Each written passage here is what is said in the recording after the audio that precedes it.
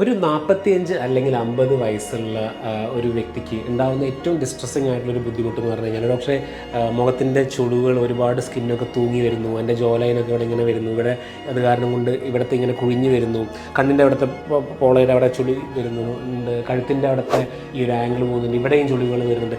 നമുക്ക് എല്ലാവർക്കും അറിയാം ഫേസ് ലിഫ്റ്റ് അല്ലെങ്കിൽ നെക്ക് ലിഫ്റ്റ് എന്ന് പറഞ്ഞിട്ടുള്ള ഒരു സർജിക്കൽ പ്രൊസീജിയറിലൂടെ ഇത് വളരെയധികം ഈസിലി കറക്റ്റബിൾ ആയിട്ടുള്ള ഒരു കാര്യമാണ്.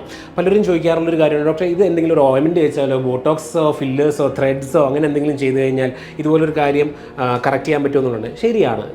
ഒരു 35 to 40 ഇയേഴ്സിൽ വളരെ ചെറിയൊരു ലിഫ്റ്റോ വളരെ ചെറിയൊരു ഔട്ട്കം മാത്രം ചേഞ്ച് ചെയ്യാനായിട്ട് ആഗ്രഹിക്കുന്ന ഒരാൾക്ക് ഡെഫിനറ്റ്ലി അത് മാത്രം യൂസ് ചെയ്യാറുണ്ട്. നമ്മുടെ പ്രാക്ടീസിൽ നമ്മൾ യൂസ് ചെയ്യാറുണ്ട്. പക്ഷേ ഡെഫിനറ്റ്ലി ഒരുപാട് സ്കിന്നും കാര്യങ്ങളും ചുളുങ്ങിയിട്ടുള്ള ഒരാൾ ഇതുപോലത്തെ ഒരു ട്രീറ്റ്മെൻറ്റ് ബോട്ടോക്സ് ഫില്ലേഴ്സ് ത്രെഡ്സ് ഒക്കെ എടുക്കുമ്പോൾ രണ്ടാമത് ഡെഫിനറ്റ്ലി തിങ്ക് ചെയ്യണം. കാരണം it has the capability to change your face altogether. നമ്മളുടെ ഫേഷ്യൽ സ്ട്രക്ചർ ചെറുതായിട്ടൊന്ന് മാറി പോകാനായിട്ടൊരു സാധ്യത കുറച്ച് കൂടുതലാണ് ഫില്ലേഴ്സ് പോലുള്ള കാര്യങ്ങൾ നമ്മൾ ഓപ്റ്റ് ചെയ്യുമ്പോൾ.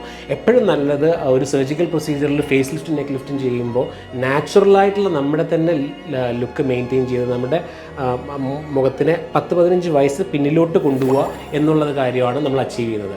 So definitely don't forget, for the right patient the right procedure.